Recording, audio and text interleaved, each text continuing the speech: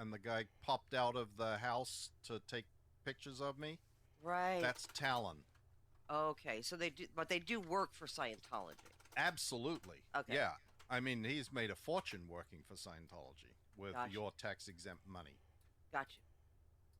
But generally, the security force for those guys that you see riding around on bicycles at Big Blue, or the people that come out or don't come out to handle the people that show up at Golden Era, and anyone that you see in uniforms, they're in Clearwater, they're at all of the Sea Organization bases.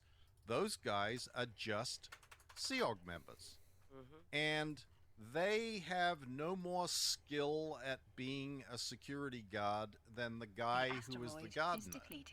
They just get assigned that job, and there is a dictate by Hubbard about the Sea Organization, and he says a Sea Organization member is expected to be able to do any job, hatted or not hatted. In other words, trained or not trained, because Sea Organization members have run planets before, so what's the big deal about any job that you have to do today?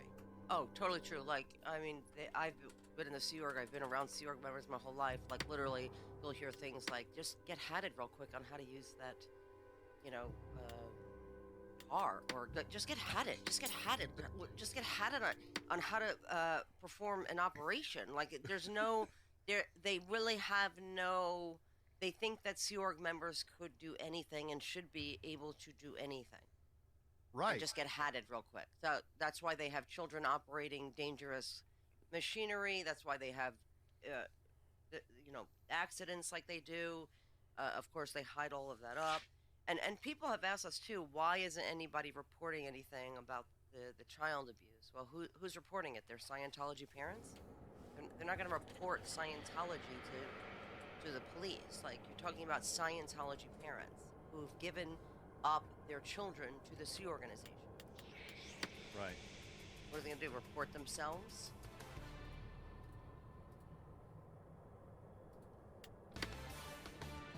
Here's another one from Ballet Lady. Okay. I would love to see the billion-dollar contract exposed with more clarity, and why minors have to sign this contract. Also, more explanation of the clause about carrying financial burdens for life for debts for COS instruction lessons, a freeloader bill. If it was free, why do you have to pay for it in the future? Okay, that's sort of a compound question. But I will seek to address it and let this one slip by. In future, compound questions will be objected to, and the objection will be sustained. First, this billion-year contract, and why do minors have to sign it? The billion-year contract is, in truth, not a legally enforceable contract. And I say that with sort of tongue-in-cheek. Obviously, you can't enforce a contract for future lifetimes, but it is symbolic, because when you sign a Sea Org contract, you also sign a staff contract or an employment agreement with the organization that you are working for. And that employment agreement is also a piece of trickery, because it says that you are a volunteer. You sign up as a volunteer for Scientology organizations, and so a Sea Org member first of all signs their billion-year contract, and then they sign a 5-year contract with, like, the Church of Scientology International as a Sea Org member, and that contract says, I am a volunteer, and I am volunteering for the Church of Scientology International. And the reason for that is so minimum wage and labor laws do not apply, because they do not apply to religious volunteers. How do you get a minor to sign a Sea Org contract? You brainwash them. You brainwash them into believing that this is the only thing life. My 2 children, Taryn and Benjamin, that were born into the Sea Org, signed Sea Org contracts when they were like barely able to write, because all the other kids did it. My parents, they're Sea Org members. L. Ron Hubbard was a Sea Org member. What else is there to do with your life other than become a Sea Org member? Mm-hmm. So it's a reflection of the amount of brainwashing that goes on in Scientology, that people believe that this is a terrifically exciting and wonderful thing to do, to sign yourself up for 1 billion years. I mean, I know when I signed my Sea Org contract when I was 17 or whenever it was like a proud moment in my life. Oh, yeah. Yeah. And your parents are so proud of you, and you just feel like you're joining the military. You feel like you're going off to war, and you're sacrificing your life, your education, and everything that you would want to or could be away to sacrifice your life to dedicate it to Scientology and to the Sea Organization. Right. It's incredibly noble. Yes, in because the like I mind said, of the person that is signing up, this is a noble act. Right. And as for the freeloader bill, Ballet Lady, the freeloader bill is it comes about from something that Hubbard once said. Oh, well, we've got these people that are just signing up to become staff members so that they can get free service. So he then instituted this thing that if you signed up for staff or Sea Org and you got some service and then you didn't fulfill your contract, like you didn't stick it out for the full 1 billion years, then you owed the money for the services that you were given for free, because otherwise you would be, quote, out exchange. And out exchange is a thing in Scientology that prevents your spiritual progress. As long, I mean, if that's a one-way thing, it doesn't apply to Scientology organizations being out exchange with the people around them, but it does apply to individuals being, quote, out exchange with the organization. Right, and part of the I say this in quotes, the allure of joining the Sea Org is that you're going to, for your living in a dorm, for your living like below the poverty line, and that you're being served rice and beans most of the days in the Sea Org. You live basically in a motel room with 8 to 12 other men or women. For your sacrifice, you are getting Scientology services for free, where, most of us, just regular public Scientologists, have to pay upwards of $500,000 minimum, I'm saying, for celebrities, because you're, constantly being sold things and or into the millions. The minimum of the Scientology bridge, Mike, is what, estimated at 300,000? Yeah. Okay. So for that, Mike, you get to have your Scientology for free. Now, if you decide to leave the Sea Organization and remain a public Scientologist, they want the money for the quote-unquote free Scientology, even though they were getting free labor. Correct. Okay. And to answer the question that often comes up, is that freeloader bill an enforceable bill? Like, could you go to a debt collector and get them to collect it? Absolutely not. But your family will be told, hey, listen, Mike hasn't or Leah hasn't paid off their freeloaders debt, so they're not really in good standing with Scientology. So, just so you know. And that basically puts you on like the one step before shunning business happens.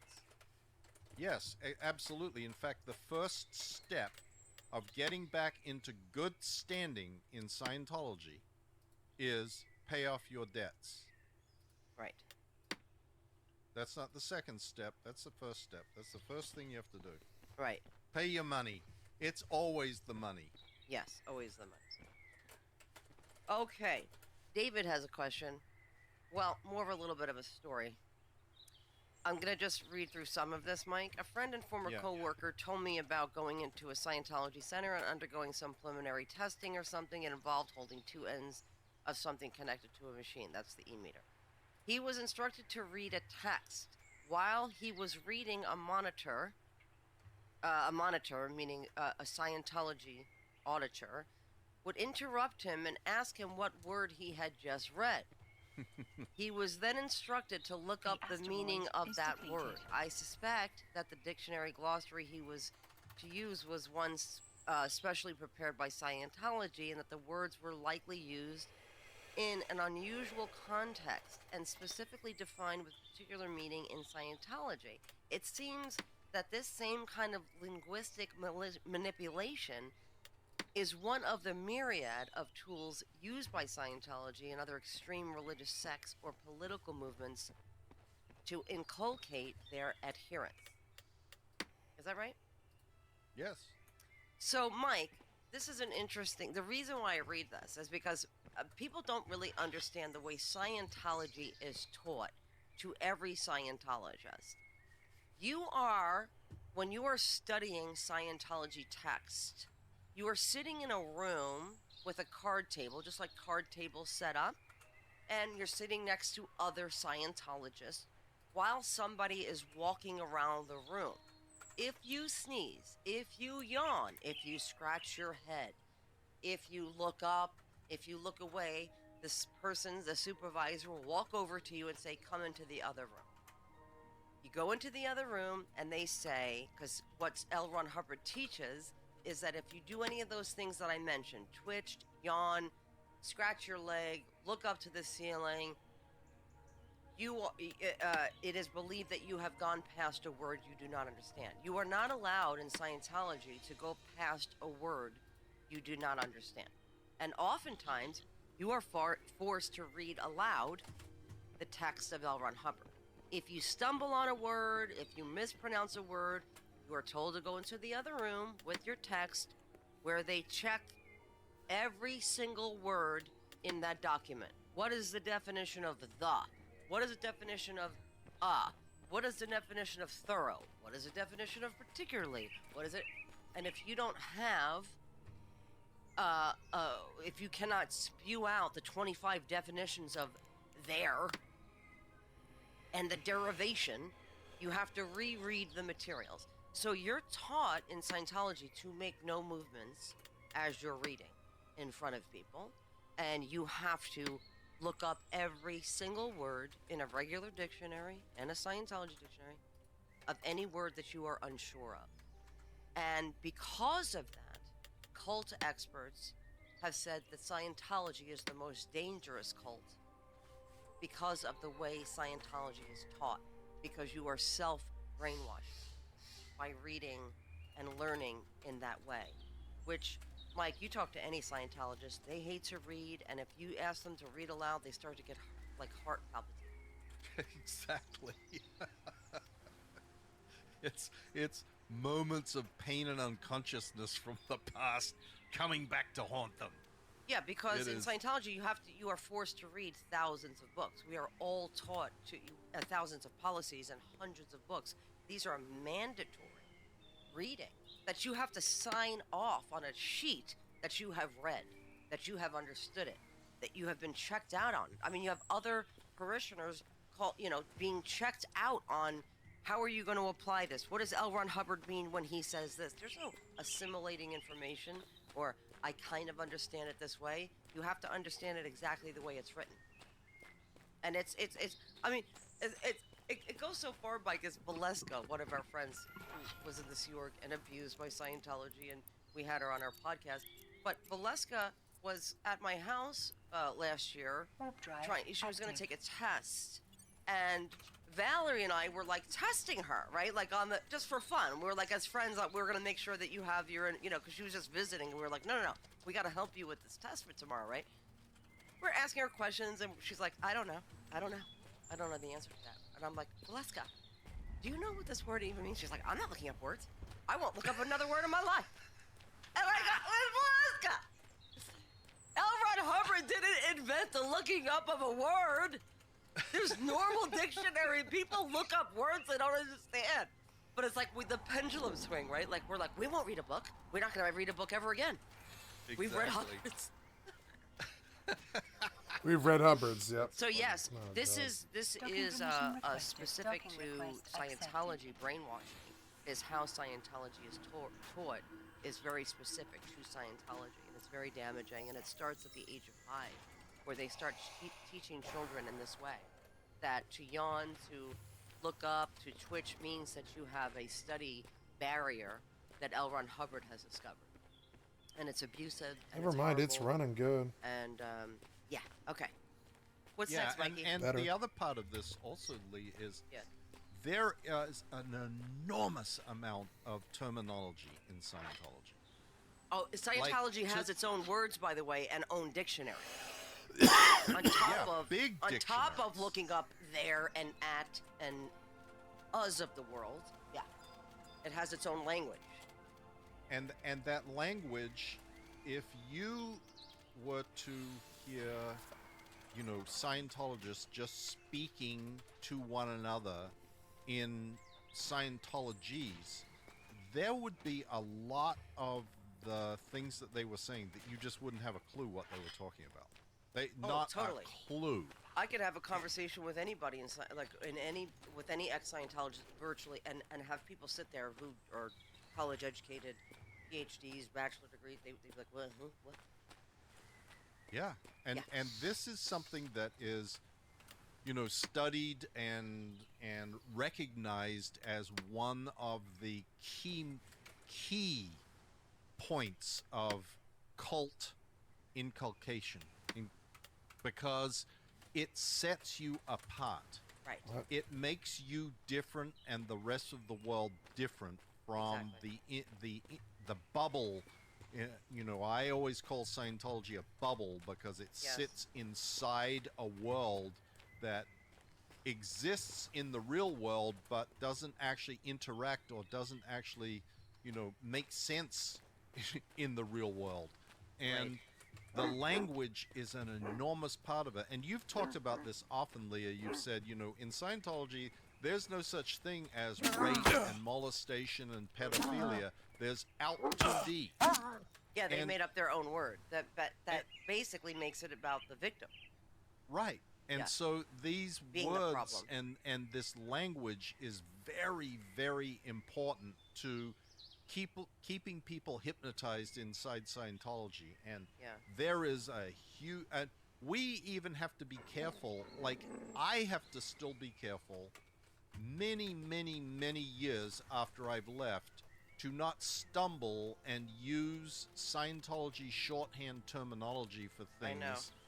And have people look at me and go, huh? Yeah. So, yeah, that's a big thing. Yeah.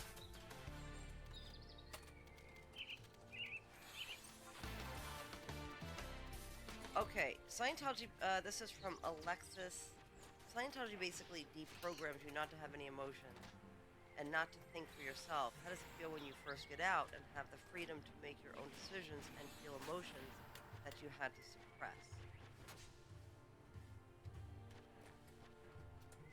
Well, you know, it works. It's freeing and also a curse, because we were taught to accept abuse and to be abusive. So although we were not allowed to show emotion in terms of empathy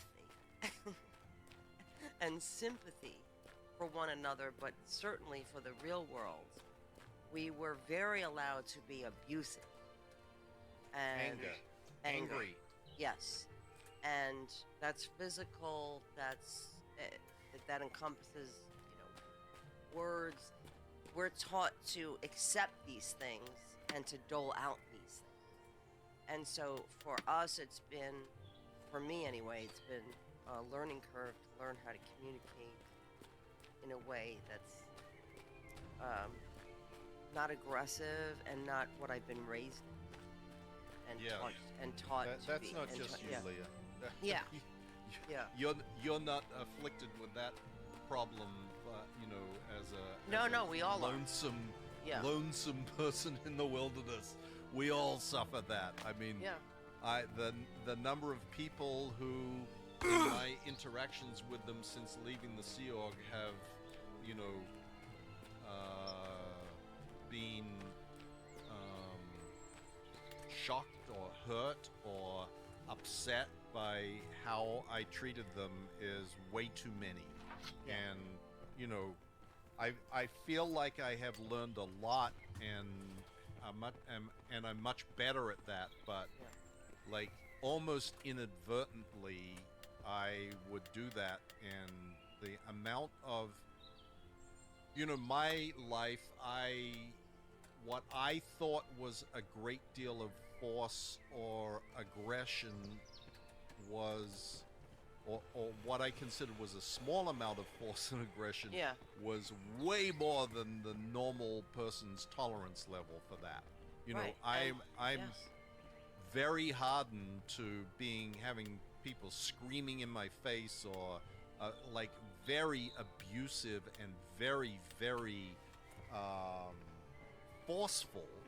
And while I thought I was not being like that to people in the normal world, I was like crushing them, and that's a hard lesson to learn.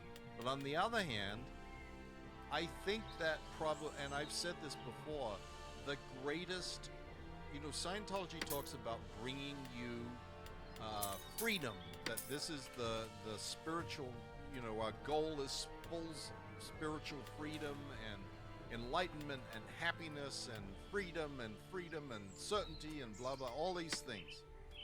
The biggest freedom that I felt that I ever attained was the freedom from having someone else tell me what I should and shouldn't do, and what was right and what wasn't. And that is incredibly liberating and incredibly exhilarating almost, to realize I no longer have Big Daddy or Big Brother or Big Dave or Big anybody looking over me, Big Ethics Officer looking over me and watching everything I do and saying, that's right, that's wrong, that's okay, that's not, that's acceptable, that's unacceptable. And that is, in my view, that is something that keeps people inside organizations like Scientology. Of course. Because in some ways that's an easy way of going through life. Of course, having somebody tell you, you cannot read that, you can't wear that, you can't say that. Yeah. And it's like your entire life is regimented, and you have a complete agreement with all these other people that are around you of, this is what is good, this is what is bad, this is what's right, this is what's wrong. You don't have to make many choices for yourself, even though Scientology says, come into Scientology and learn to think for yourself. The truth is, it's come into Scientology and learn how we will think for you. And that is something that a lot of people find comforting, because it is to some extent. Of course. But it's also suffocating. It's like being comfortably suffocated by a pillow. Right. It's soft and it's sort of easy, and it ends up killing you. And it's an enormous freedom, or was an enormous freedom to me, to realize, you know what? I do things now based on what I think is right and what I think is wrong, not what anybody else tells me, and not what someone is going to judge me for. I judge myself now. Well, I hope Chrissy's at least telling you what to wear. That's a given.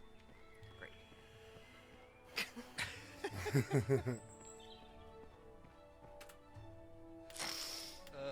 Okay, here's a question. I have a question for Leah around forgiveness and her mother. I'm still mad at my mother, but she seemed to have figured that out. I would like to know how. Well, listen, you know, it's layers. It comes off in layers. I read a book that was recommended to me by my therapist, one of the many books, and I think I've listed them, Mike, on your... Yes. Okay. Yes, well, I put And- a list of them.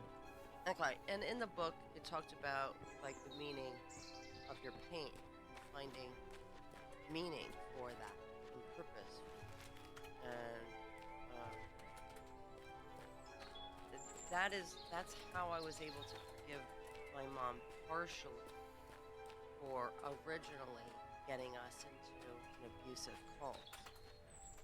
Was because I was blessed enough to find some meaning in all of that and what we do now.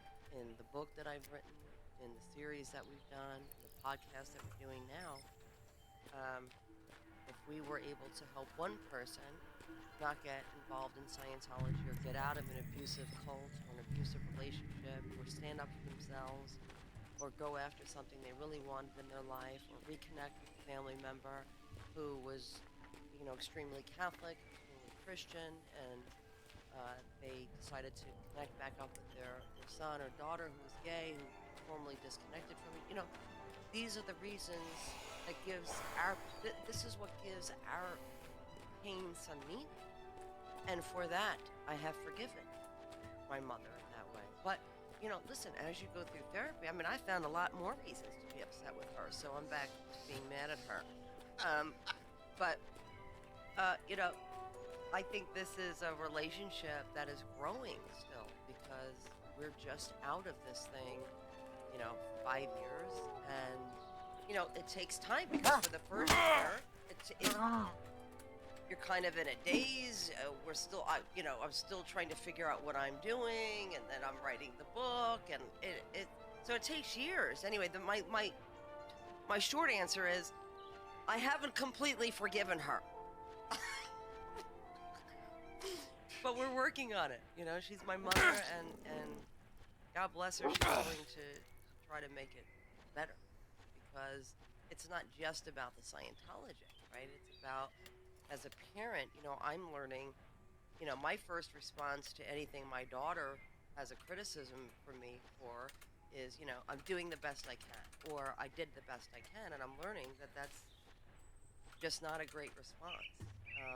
As a parent, my answer should be, and this is what I feel is right, and it resonates with me, which is, I see that hurts you, and as your parent, I want to simply apologize for doing that to you, for making you feel that way.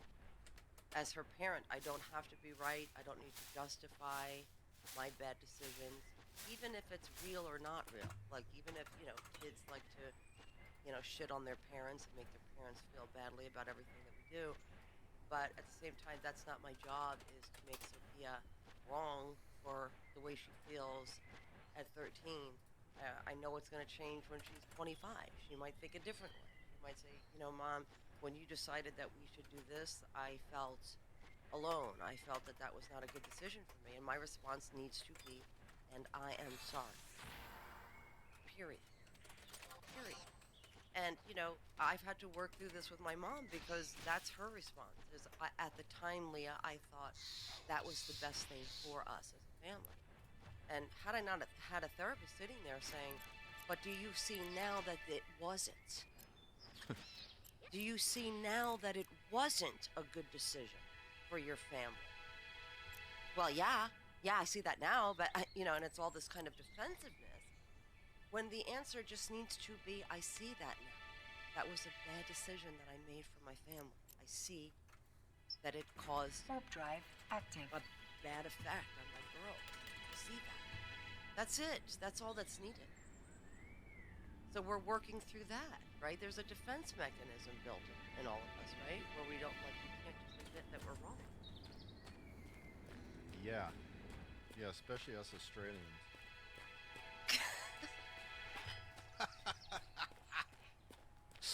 All Leah, right. if you are able to do that, God bless you. That listen. That is amazing. Mike, I'm learning this, Mike. This is a new thing. I don't want people to think that I'm like running around being like the perfect Mother Teresa? No, not at all. I mean, literally, I have to sit there as she's making me feel bad about something. You know, these things are going through my mind, right? Like, does she have any fucking clue? Does she have any fucking clue what it takes to be a mother, or what it takes to be a father? You know what I mean? Like, or how much work it takes to make the money that is being spent on, but you know, I go through the same thing. And you the guys answer have no idea. You and guys guess have what? no idea The what answer it is no. takes. They don't, because you know what? They're children. Exactly. Yeah. That's exactly right. Right. And I think that's an amazing, that is a piece of advice that I don't know where you got that from, but you distilled it into something that I think is an absolutely fabulous piece of advice for anybody who has any interpersonal relationships at all. There is a lot more to be said for accepting the view and understanding the perspective of the other person you're dealing with, as opposed to being right.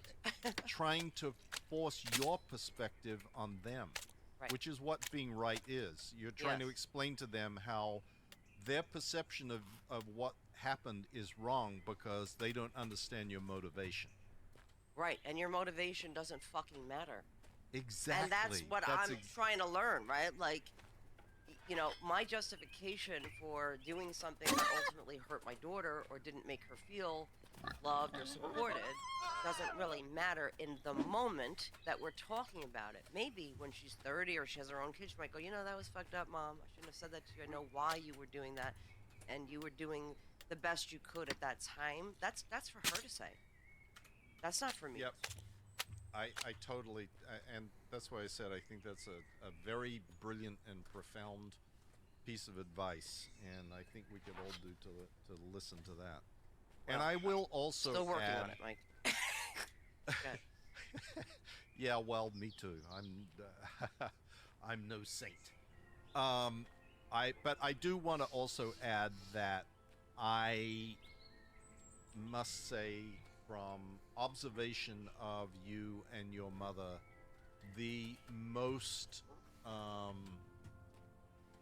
startling thing about your relationship is how much she absolutely adores you, and how much you absolutely adore her. I know that you sort of say a lot of random stuff, the two of you, but Yes. I wish that I had a mother like you have. Oh, thank you. Thank you. That will mean a lot to her. Yeah, and I really sincerely mean that. She knows how much I love her. I adore her. She is a bright light that walks into every room, even when she's all pissed off. She's just a terrific, enjoyable person. She does to be make us around. laugh, doesn't she, Mikey? All right, I think we're over our time, Mike. All right. But we'll have to see. You know, Mike, at a certain point, I think what we should do is start to answer some of these questions and put these questions, a Q&A online. Like, one day we'll have to do that as a project. Oh, yeah, well, you're in charge of that project. I would love to do it. Honestly, I would love to do it. Yeah, okay. Because a lot of times we get asked a lot of questions, and it's like, here we are answering like 5 questions in an hour, because there's so much explanation that needs to go into like one answer. Yes, I understand. Yeah. But all right, you guys. I think it's easy. I mean, in many ways, it's easier to do it in this form than it is to sit and write it, because it's sometimes hard. You're much better at that than I am, of sitting down. Like some of the things that I've put on my blog that you wrote, where you sat down and laid it out, and like that one about deaths and suicides, and that you have an ability to like take the time to explain everything, and I tend to go, here's the bottom line, take it or leave it. Right. And I'm probably more like that in real life. Yeah, probably. Like with answering questions, because I just whatever. Okay. Anyway, you guys, thank you for your questions once again.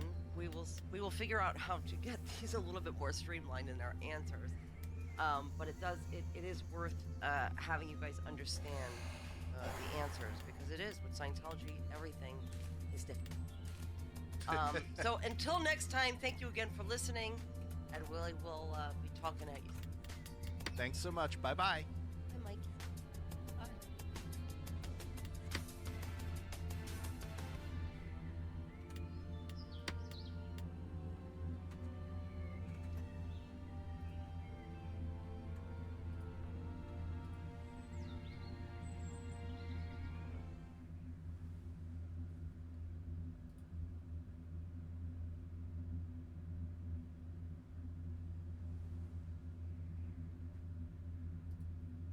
How well do you know someone? How well do you know your own spouse, your parent, your friend?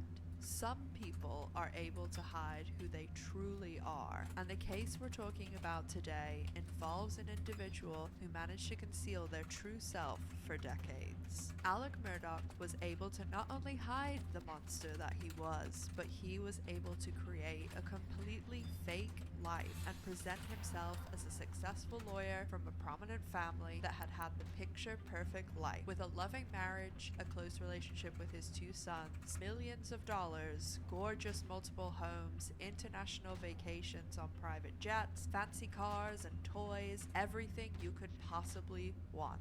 Many people would easily describe this as the perfect life, but Alec Murdoch's life was a shiny veneer, held on by a complicated web of lies. When Alec Murdoch's lies came undone, he was revealed to not only be a monster hiding in plain sight, but involved in multiple murders, the theft of millions of dollars from needy people, close to half a dozen suspicious deaths, roadside shootings, missing evidence, manipulated statements, fabricated interviews, a multi-season Netflix series, and a HBO miniseries, plus one of the most watched trials of all time.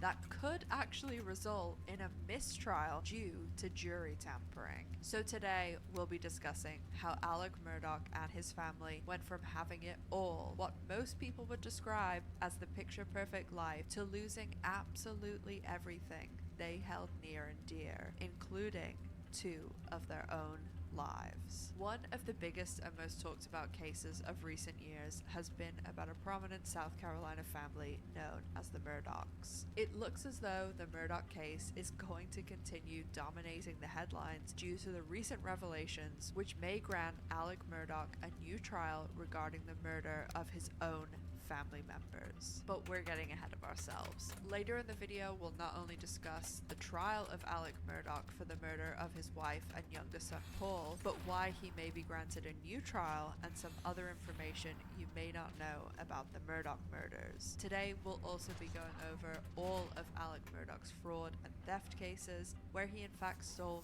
millions of dollars from his own clients who desperately needed the money. Tied in with Alec Murdoch's fraud and murder charges are several other mysterious deaths linked to the Murdochs. And of course, we'll be discussing the event that triggered the crumbling of the Murdoch dynasty, the deadly boat crash caused by Alec's son Paul. So sit back, relax, and let's dive in to the downfall of the Murdoch dynasty.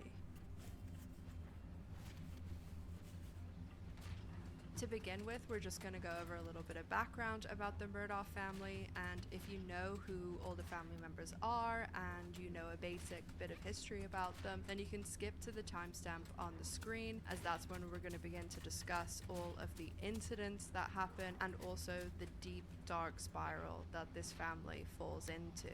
The Murdochs are a prominent family from the Low Country in South Carolina. They have been dominating the headlines in the last several years, across the US and the globe for the fall of their family's dynasty. The Murdaughs lived in a town called Hampton, South Carolina, and the majority of the family members were lawyers dating back to well over 100 years ago. From 1920 until 2006, a Murdaugh family member served as the county's solicitor, which is basically the same thing as a district attorney. This solicitor serves 5 county areas of South Carolina's Lowcountry within the 14th Judicial District. The Murdaughs wielded enormous power, and many people in Hampton thought that due to their connections to law enforcement, that the Murdaughs could get away with anything, even murder. And yes, that is foreshadowing.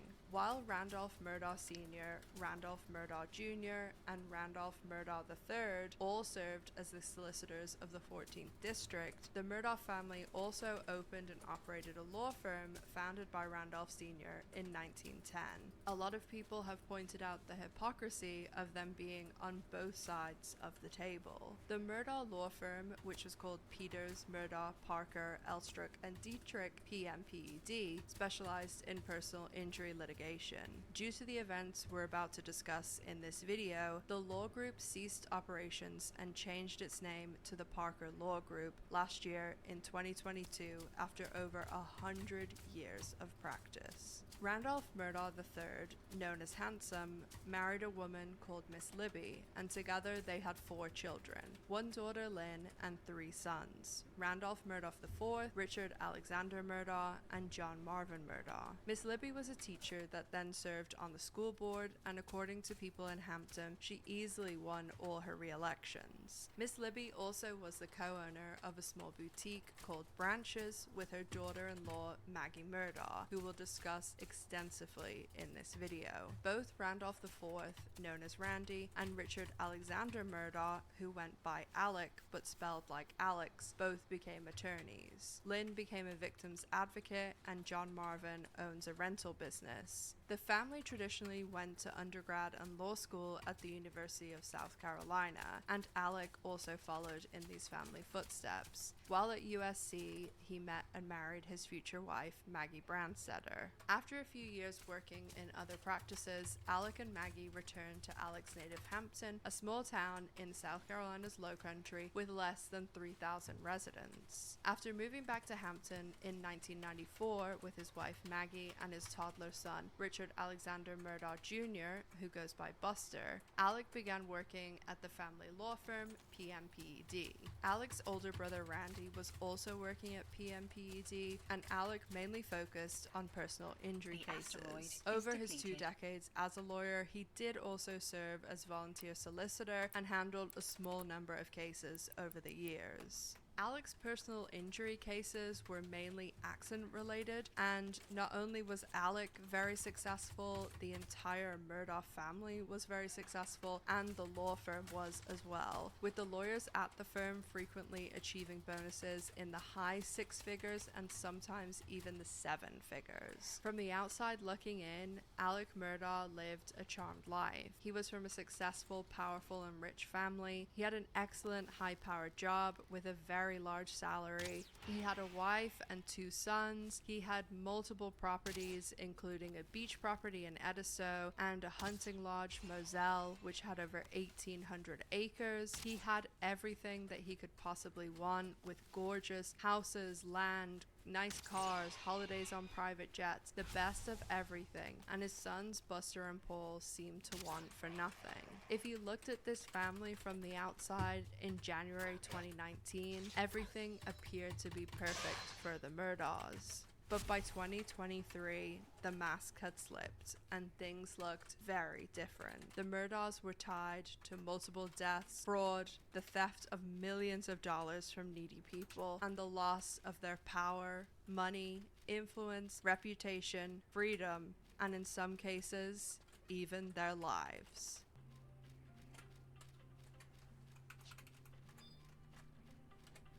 We're going to start by discussing the event that caused the first domino to fall in the Murdaugh case. This event caused Alec Murdaugh's web of lies to come undone, and for the mask he'd worn all his life to finally come off. In February 2019, on a normal Saturday night in Hampton, South Carolina, 6 friends, who were all between 19 and 20 years old, decided to go to a party, specifically an oyster roast. This is a pretty common occurrence in the colder months in South Carolina, but these 6 friends had no idea that this decision was going to impact all of their lives forever. The 6 friends consisted of 3 couples: Paul Murdaugh and his girlfriend Morgan Doherty, Mallory Beach and her boyfriend Anthony Cook, and Miley Altman and her boyfriend Connor Cook, who was also Anthony's cousin. The 6 friends were very close, especially the 3 girls, and although some of them didn't want to go to the oyster roast, ultimately they all decided to go.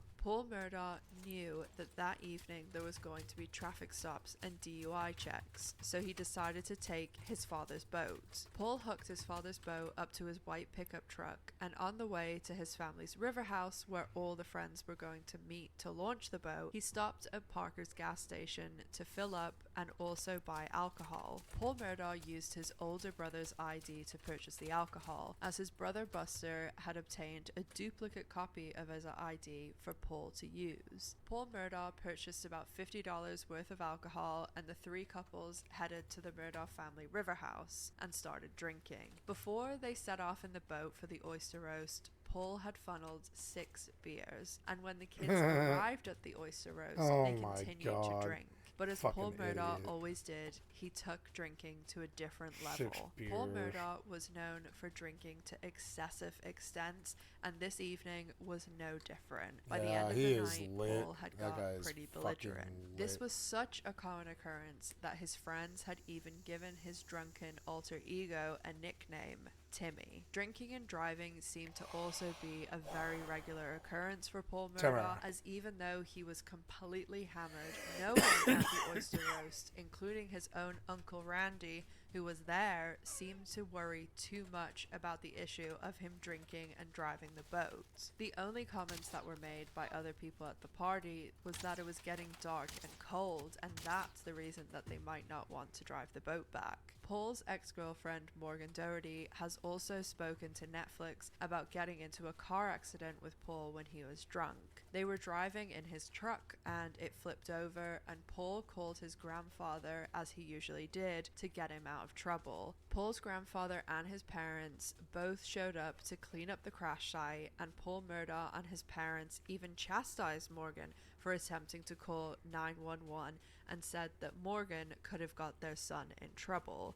Not the drinking and driving, but the fact that Morgan was going to call the authorities. It's starting to get late at the oyster roast, and the 6 friends decide to leave. They all leave on the boat, and while they're leaving, Paul and Connor are adamant that they're going to stop in downtown Beaufort for more drinks. So they do make that decision to stop and have more alcohol, and unfortunately, this decision was most likely the catalyst for only 5 of the passengers making it home that evening. Paul and Connor stop at a bar called Luther's, and Paul orders several shots for them. After drinking more, Paul and Connor return to the boat, and this is when CCTV footage captures the kids walking down the day dock, and this is the last time that the 6 of them would ever be seen together, because in the next hour, one of these friends would be dead. The boat sets off, and immediately Paul Murdaugh starts driving erratically. CCTV footage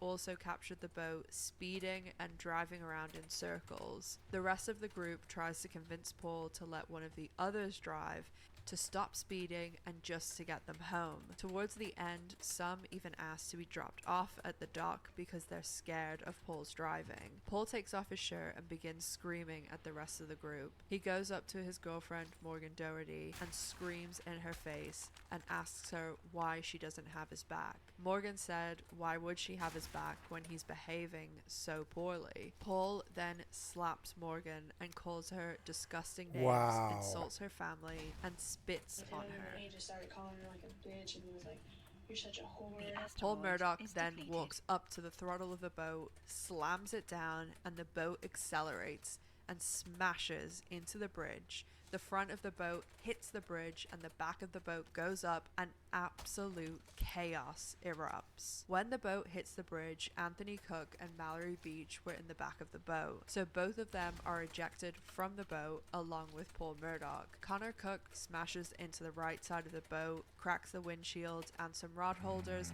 and breaks his jaw, and he also gets a laceration to his face. Miley and Morgan were in the front of the boat sitting on a cooler. Miley had her feet up on the front of the boat, so that pretty much protects her from feeling a lot of the impact. Morgan is thrown forward and her hand is smashed between the front of the boat and the bridge. The scene is absolute chaos. Most of the kids are badly injured, they're screaming. Paul had taken off some of his clothes before the accident and after being in the water removes everything except his boxers. Morgan's hand is pouring blood and all of the kids were pretty intoxicated, scared and didn't know what to do. Anthony and Paul swim out of the water and get up onto the bank of the river, and this is when Miley comes up to Anthony and asks, "Where's Mallory?" The group then realizes that their friend Mallory is missing. Anthony, Mallory's boyfriend, jumps back into the water and is diving, coming up, diving, but the current is so strong and he stays in the water as long as he possibly can. While Anthony is looking for Mallory, Connor Cook, through a broken jaw, dials 911. A boat? Did you say a boat crash? A boat's crashed. There's 6 of us and 1 is missing. Please send someone. No, I'm coming. We're calling, okay?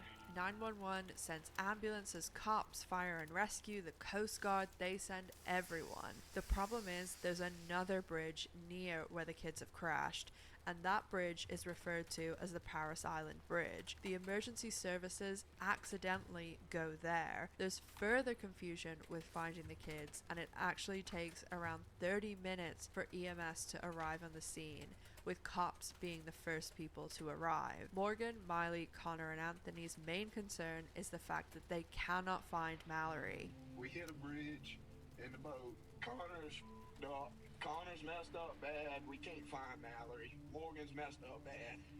We can't find Mallory. Hey, they're looking right now, Paul. They're down there looking, okay? But they got a good search on them, right? Yeah. They probably don't plan anything. They didn't find anything. They're down there looking right now, okay? You know they got it.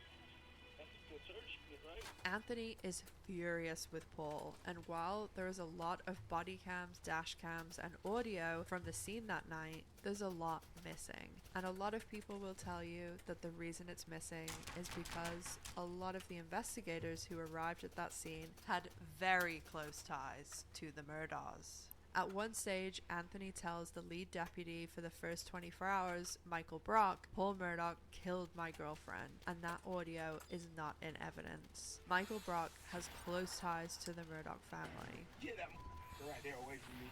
Bro, you smiling like you're 40. My girlfriend's gone, bro. You think you're 40? What? You all know L.A. What? Murdoch? Oh, yeah. That's his son. That's so good luck. There seems to be an immediate effort to protect Paul. One of the DNR agents on the scene, Michael Paul Thomas, is best friends with Alec Murdoch's brother, aka Paul's uncle, John Marvin Murdoch, and Paul's ex-girlfriend Morgan of 4 years described Michael Paul Thomas as Alec Murdoch's bitch, and that he got Paul out of a ton of trouble. At no point in the evening does any officer give Paul Murdoch any sort of breathalyzer or sobriety test, despite the fact that he is absolutely trashed, and several of the kids tell officers that Paul was driving the boat. Before the kids are transported to the hospital, Paul borrows Miley's phone and calls his grandfather, Randolph III, the former solicitor, a man with great power and influence in South Carolina. Paul tells Old Buster that Cotton Top was driving the boat, and Cotton Top is Connor Cook's nickname. Miley, Morgan, Connor, and Paul are all transported to the hospital. Despite being injured, Anthony refuses to leave the crash site without Mallory. Paul has to be restrained and transported in an ambulance by himself because he was so out of control and drunk. When they arrive at the hospital, Randolph and Alec arrive at the hospital and immediately jump into lawyer mode. They tell the kids not to say anything to the police, and Alec Murdoch does not seem concerned about the fact that Mallory is missing or that any of the kids are injured. He just wants to protect his son. I do quickly just want to note here that when Alec Murdoch showed up at the hospital, he could have still legitimately believed what Paul had told his grandfather, and that's that Connor was driving the boat, because Alec learned about the crash from Paul's grandfather. We're looking at this event obviously now with hindsight, and we're not only aware of what Alec Murdoch does before the crash with his financial crimes, but we're also aware of what transpires after this crash, which we'll talk about later in the video. Alec could have legitimately been trying to protect not only his own son, but his son's girlfriend and his son's extremely close childhood friends. I don't think his actions were too out of character for a lawyer, and I do think that even another lawyer from his firm that was in the same small town, if their kid was involved in an accident like this that involved alcohol, I don't think that they would have done anything too differently. Obviously, there's still a lot of things that were awful that he did. After that night, he went on to be incredibly manipulative, and that's when he knew that Paul was the driver. He also didn't seem to be concerned at all that a 19-year-old girl was missing.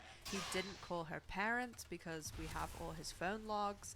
He didn't ask about the search, the resources for the search, or anything like that. And he also didn't seem to be really concerned about the kids' injuries. I think his actions after that night were horrendous, but some of the documentaries and a good bit of discussion around this boat crash has put this very sinister slant on Alec's actions that night of basically just telling the kids not to say anything until their heads were on a bit straighter, and that he represented them, because we're viewing that with the hindsight of knowing how this story ends and what Alec goes on to do to his own wife and son, which of course we'll talk about later in the video. At the hospital, Paul is still acting out, with his grandfather being quoted as saying Paul can't be interviewed because he's drunker than Cooter Brown. The hospital staff has described Paul as the most arrogant and rude teenager to ever come through the ER. He was harassing nurses, acting out, making really inappropriate comments towards the nurses, and the ER staff actually took his blood to test it for alcohol levels, and his alcohol level was 3 times the legal limit whenever it was tested. But also keep in mind that this was several hours, over 2 hours after the crash, so he had 2 hours to burn off alcohol, so God knows what the level of the alcohol in his system was at the time of the actual crash. At the hospital, Paul continues to say Connor Cook was driving, and the next day when the media reports on the crash, they state that one of 2 boys was driving, Paul Murdoch or Connor Cook. Beaver County deputies determined one of 2 boys were driving, Paul Murdoch or Connor Cook.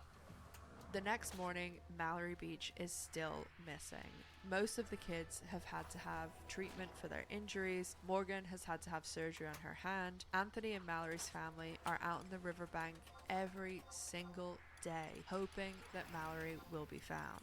An enormous amount of the community, pretty much anyone who had a boat, went out to help search for Mallory. Sadly, 1 week later, on the 3rd of March, some Good Samaritans who were assisting with the search found the body of Mallory Beach. An absolute waste and tragedy for Mallory's family and friends, and for Mallory herself. By all accounts, she seemed like a wonderful young woman who was extremely kind, and Mallory's family, rightfully so, wanted Paul Murdoch held accountable for taking the life of their 19-year-old daughter who had her entire life ahead of her. Additionally, several of the kids had suffered quite severe injuries, and obviously the entire event was traumatizing for them to go through, being that they were in a crash that killed one of their friends. It appeared as though the Murdochs were already trying to manipulate events and to push the blame onto Connor Cook.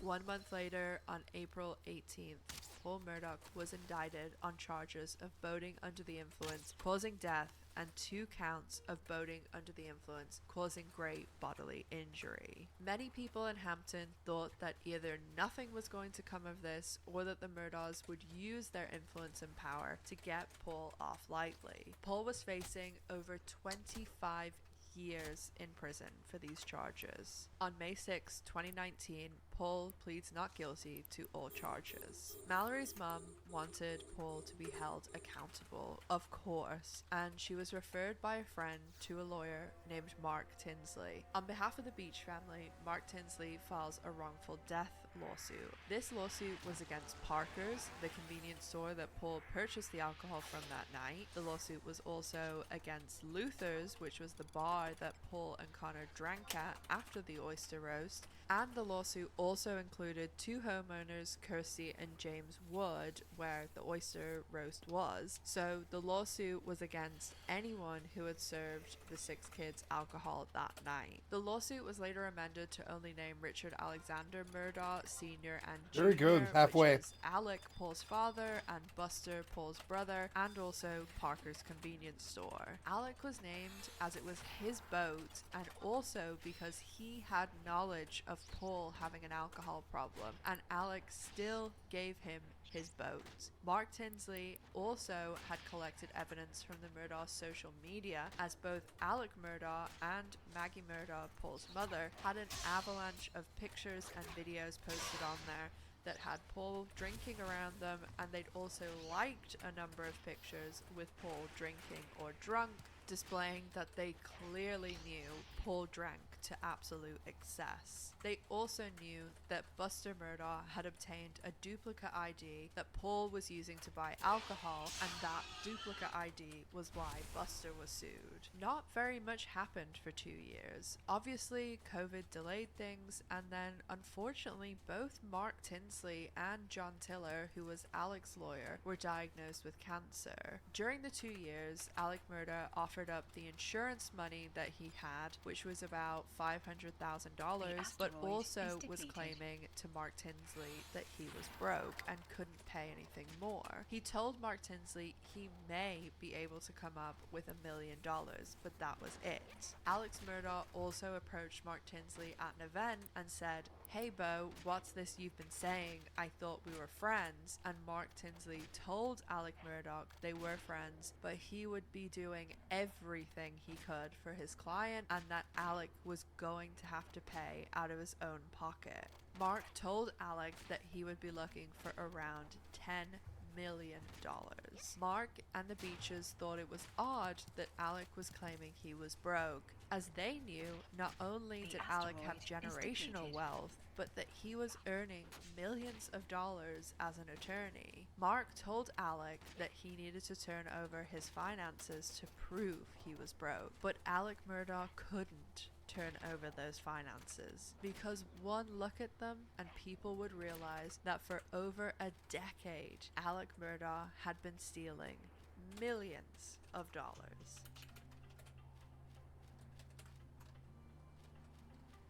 So in this chapter, we're going to briefly discuss the financial crimes at the center of the Murdaugh saga. So put a pin in everything from the boat crash case, because that all is very important and we'll tie it all together when we talk about the trial. As I mentioned, Alec Murdaugh was earning millions of dollars, and for over a decade, it honestly could be longer, he was stealing from his own clients and law firm. Alec was a personal injury lawyer, so a lot of his cases were people who had severe injuries, and some of these plaintiffs had even passed away. They had lifelong injuries. Some of these people had lost limbs. One of his clients he stole from was a quadriplegic. There was people that could no longer work, like a police officer who had a terrible injury to his neck, and Alec stole from all of these people, the vast majority of whom were low income. In case you weren't aware, a lot of lawyers who work in this area don't charge fees, but instead take a percentage of what they would win for their client. Usually this is between 33 and 40% of whatever they win. So most of the cases, they end up being settled, and if the case is settled, they'll take 33% because they haven't gone to trial, they haven't had to do all the discovery, and it's not as much work. But if it does go to full-on trial, the lawyers will take closer to 40%. Basically, the expenses are taken out, any liens are taken out, so those could be things like medical bills, and they're paid for the client, and then the lawyers take their 33 to 40% and the rest goes to the client. Most of the settlements Alec Murdaugh was working on were for a lot of money. Anything from $100,000 to millions and millions of dollars. One final thing to explain before we get into the actual financial crimes is that a lot of clients won't take their money in one big lump sum. They will put it into a structured annuity, which is basically done to help with taxes and to also help people be able to stagger the money out and not blow it all in a few years. Another benefit is that a lot of these clients will have lifelong injuries or require assistance or home health care. So when these payments are set up in an annuity, the payments for things like home health care can be structured that way too. So there's a company that actually does this that's based in Atlanta that's called Forge Consulting, that's run by a man named Michael Gunn. And what ends up happening is someone will win their case, say they've just won a case for $1 million to make it easy. The expenses were 40%. That gets taken out. They had a $10,000 medical bill lien, that gets taken out, and then the lawyer will take the 33.33%. So $316,635 will end up going to the lawyer, and then the client is left with $633,365. So the client would take that 600 and change thousand and put it into Forge Consulting, and then Forge would structure the payments and drip it out to the client over several years, and that's pretty much the end of the case. So Alec Murdaugh was able to steal from his clients for a very long time because he was very good at talking to people, at reading people, and also because the way that he structured his theft was very thought out and very premeditated. And he also had high-powered accomplices to help him do this. So Alec basically set up a bank account at Bank of America through the help of his friend Russell Lafitte. This is a person from another prominent South Carolina family, the Lafitte's, who run a lot of the banks in that area. So Alec didn't have to go through the usual checks that normal people do. So he sets up the account, but not in his name. He sets it up doing business as Forge. So it is his account, but whenever, you look on the card or the checks or any of the information, it's Forge bank account. And Alec Murdaugh then would gain the trust of all his clients, and in a lot of cases he would end up suggesting to these clients, because they trusted him, that they get a PR, which is a personal representative, and that PR person would then mean that Alec wouldn't have to discuss the plaintiff's case with them. He would only discuss it with the PR person, and he would end up getting his high-powered friends to be the PR, like Russell Lafitte. So Alec has this Forge account set up, and then he smooth talks his clients, they end up trusting him, and he lies about the money that was won, or he lies about winning money at all and says, oh no, you didn't win anything, and then he ends up writing the checks or getting the checks written to Forge, not Forge Consulting, the actual company that we talked about that's based in Atlanta, but to Forge, and then he ends up depositing those checks into his forge Bank of America account. So Alec would win a case, and he won a lot of cases, and a lot of lawyers that he worked with also said that he was very good at reading people and capable of using emotions on or against people, and that he would actually end up winning cases for a lot more money than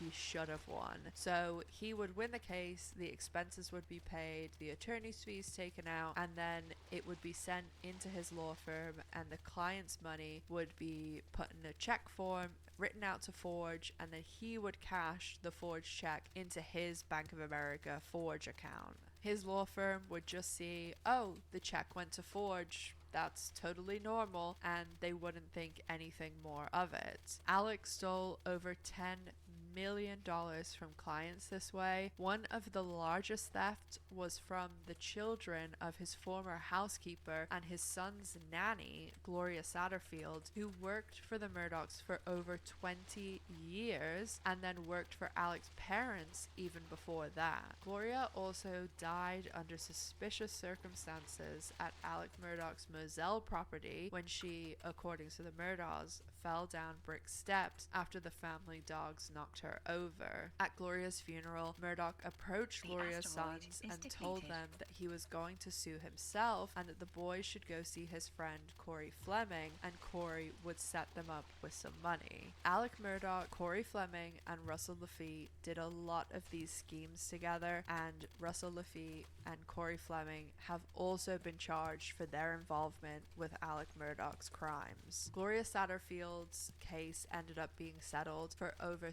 $4.3 million, and her sons did not get one penny. There's more to the Gloria Satterfield case and some of the other cases linked to the Murdochs, so maybe I will cover those in a follow-up video. If people are interested in this video, let me know down in the comments. So Alec Murdoch was doing this for years and years, and when Mark Tinsley requested his finances, that meant that the banks would send over every account with Alec's name on it. It would be obvious very quickly, as Alec Murdoch made the majority of his money once a year, as all the lawyers at his firm did. At PMPED, the lawyers were paid a monthly salary, the equivalent to just under $200,000 a year. They got pimped. At the end of the year, Oh my they God, got their bonus PMPED.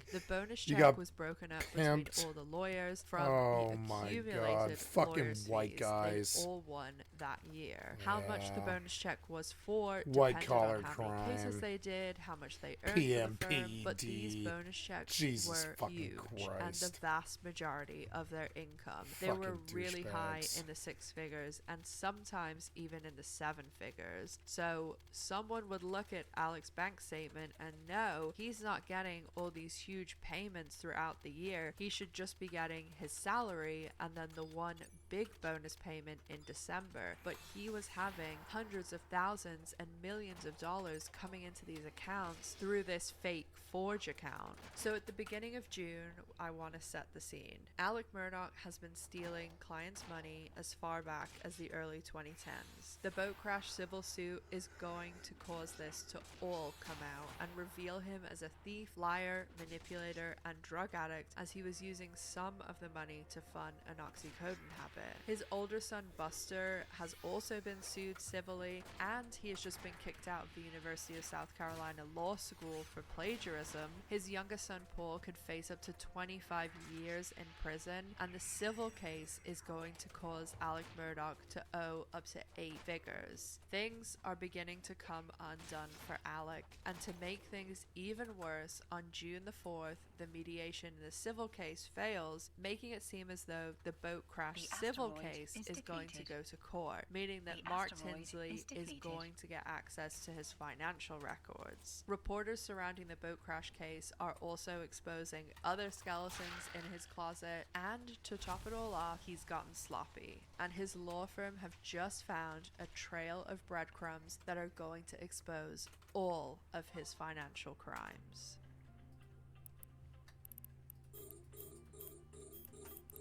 Alec Alec goes to work on Monday, June 7th around noon. Apparently, he's not a morning person. He goes in to do some work on the boat case as both the criminal and civil case are proceeding, and he's going to have to hand over his financial information very soon. Gotta pee, guys. While Sorry, he's I'll at be work, right back. He's approached by a woman called Jeannie Seconder. Jeannie is the CFO of his firm, PMPED, and she's known Alec since she was 16 years old, and in a weird twist, her brother-in-law is actually Russell Lafitte, one of Alec's accomplices. Jeannie has approached Alec to ask him about the missing money from the Ferris case. Alec had worked on this case with his best friend Chris Wilson, and as Chris was the primary attorney, he handled the payment, which was in a trust account that only Chris controlled. When it came time for Chris to send the expenses payment and Alec's attorney's fees, Alec asked Chris to send the expenses only to PMPED, and Alec claimed that he had spoken to the firm about his fee and that it could be paid directly by check to Alec. As mentioned before, usually all the fees go into a pool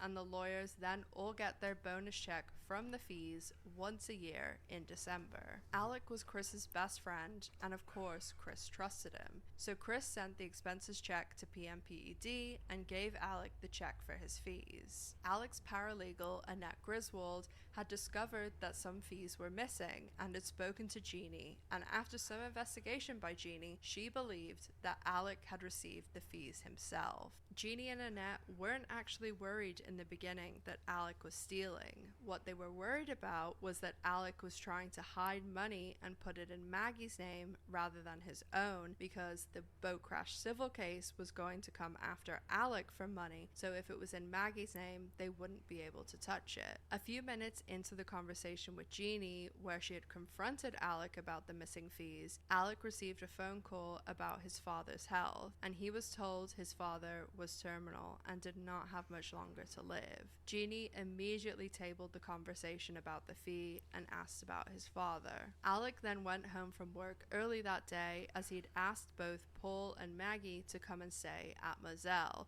the family's 1,800-acre hunting property. The judge in the boat crash case had allowed Paul to go to college, and he was attending the University of South Carolina. With the impending civil and criminal case for the boat crash, things were stressful for the Murdaghs. Both Paul and Maggie didn't even realize how stressful, as they seemingly were both unaware of what Alec was actually doing. Paul was dealing with a lot of backlash for his actions.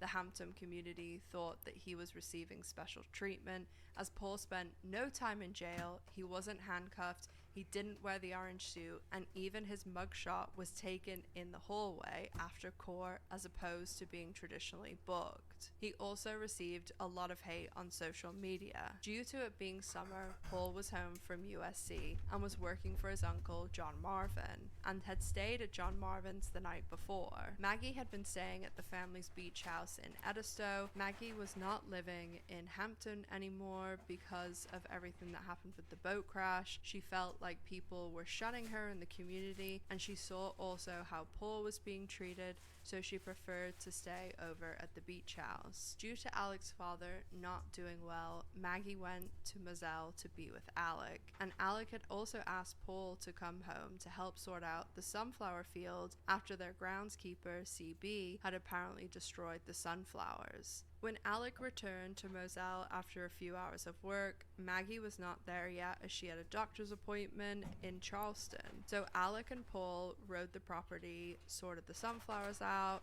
shot some shotguns, looked for hogs, and just generally checked on the vast property. While out on the property, Paul took a video of Alec playing with a tree.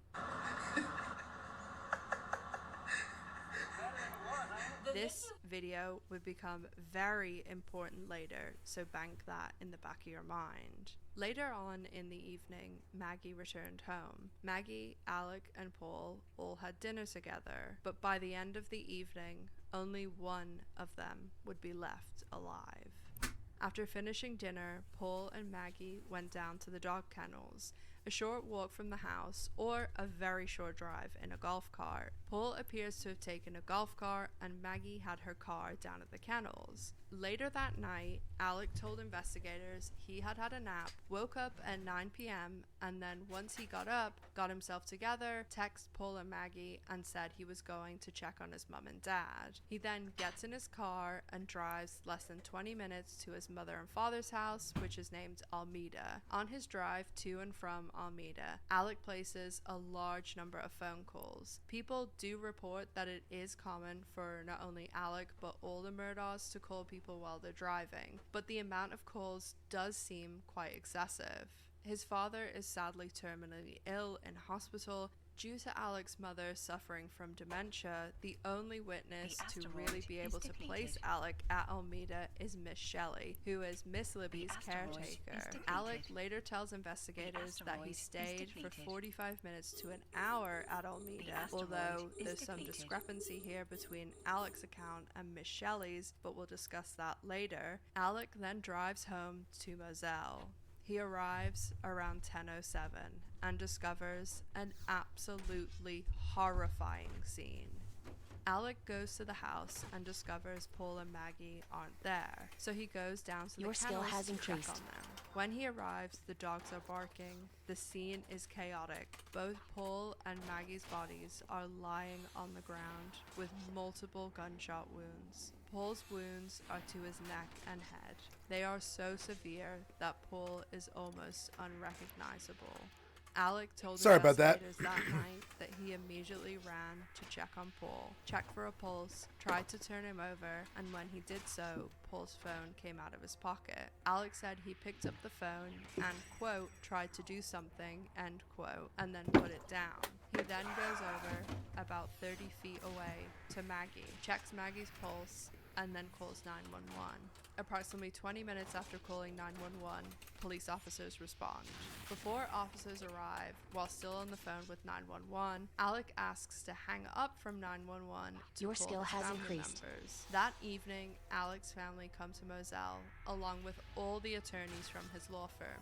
Alec is interviewed by investigators and gives the details I've relayed in this telling. From the 911 call, throughout the interviews, and throughout the entire evening when he's repeating the story to family and friends and colleagues, Alec constantly and repeatedly tells investigators that he believes this shooting is retaliation from the boat crash. Buster has driven down with his girlfriend from a few hours away where they live, and the Murdaugh family and all the lawyers stay with Buster and Alec until 4 a.m. They then leave the property to go and stay at a family member's. So that was the timeline, schedule, and story according to Alec. But what Alec told investigators was complete and utter bullshit.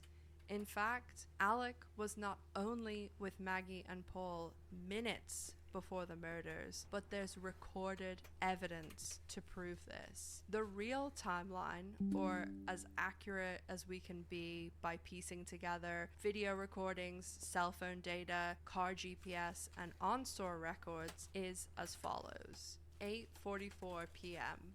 Paul records the infamous kennel video. This video proves that Alec was with them moments before the end of their lives. This video was not found for over a year because they couldn't get into Paul's phone, but thankfully they found it before the trial and Alec's story shattered. In this video, Paul is recording it for his friend Rogan Gibson. Rogan had left his dog Cash at the Murdaugh's kennels as Rogan lived about 2 miles away from Moselle but was not living at the house at the time. His dog Cash went to stay at Moselle and Paul noticed something odd with Cash's tail. He attempted to FaceTime Rogan so he could see the dog, but the cell phone reception at Moselle is terrible. They tried a few times to make the call, and when they couldn't get it to work, Paul decided to take a video and send it to Rogan. At 8:44, Paul makes the short video recording of Cash. In the video, you can hear 3 people speaking. Paul is speaking to Cash, and you can also hear Maggie and Alec talking to their dog, Bubba, who has grabbed a chicken. Maggie and Alec had 2 dogs, Grady and Bubba, that normally Maggie always had with her. They were the main family dogs. Bubba had a chicken in his mouth, and you can hear Alec, clear as anything, speaking. Quit, Cash. Come. Quit. What's the matter? Come here. Come on, man. Come here, Cash. Shit. Come here. Close to me. Cash. Hey, he's got a bird in his mouth. Hey, Bubba. That's a guinea. This is a chicken. Come here, Bubba. Come here, Cash. Come here, Bubba. Cash. Quit.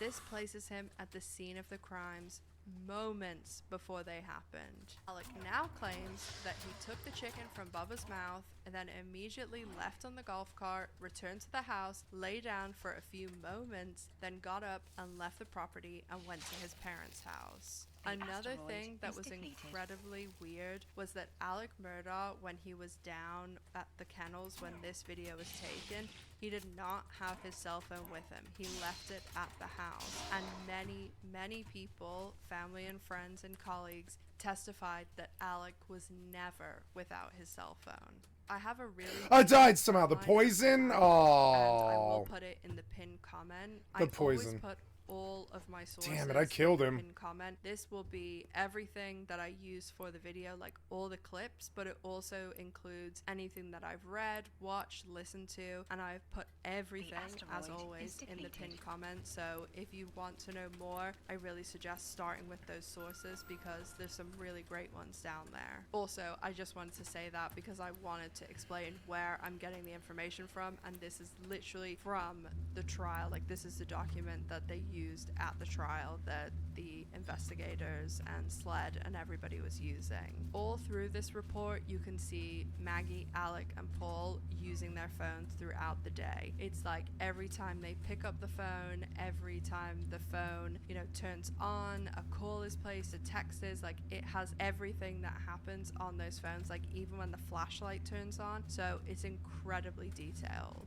Investigators believe that Paul and Maggie lost their lives around 9 p.m. or slightly just before, because at 8:49, Paul's phone locks forever, even though he's in active conversation with Rogan and he's texting a girl back and forth. And also at 8:49, Maggie's phone locks forever. There are some orientation change, but the phone is locked. All this time, as I mentioned, Alex Murdaugh's phone has been locked and not moving, as he's left the phone at the house. And also, as I mentioned, many people who know Alec testified that this is very out of character for him. At 9:02 to 9:06, Alec is shown to travel 283 steps. In this time, Alec calls Maggie. She doesn't answer. He also starts his car. He calls Maggie again, and at 9:07, Alec leaves Moselle for his parents' house. A minute later, Alec texts Maggie and says, "Going to check on M, be right back."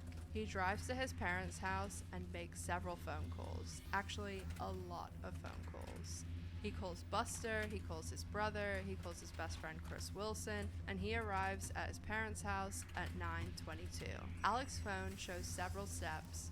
Also, his phone is sitting in his Suburban for a few minutes when he arrives. Alec claims his phone had fallen down the side of the seat and he was fishing it out. Of course, the other side of this is he could have left the phone in the car while he quickly did something. We'll talk more about that and this whole night in general and what the prosecution claims when we talk about the trial. His mother's caretaker, Miss Shelley, sees him and tells him his mother's in bed.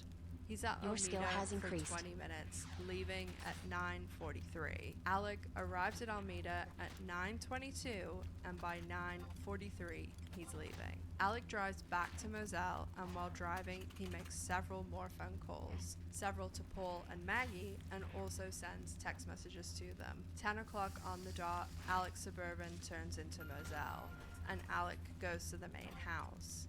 He then sees Maggie and Paul aren't at the house, and at 10:05, Alec drives down to the kennels. At 10:06, 17 Your skill has seconds increased. after arriving, Alec calls 911.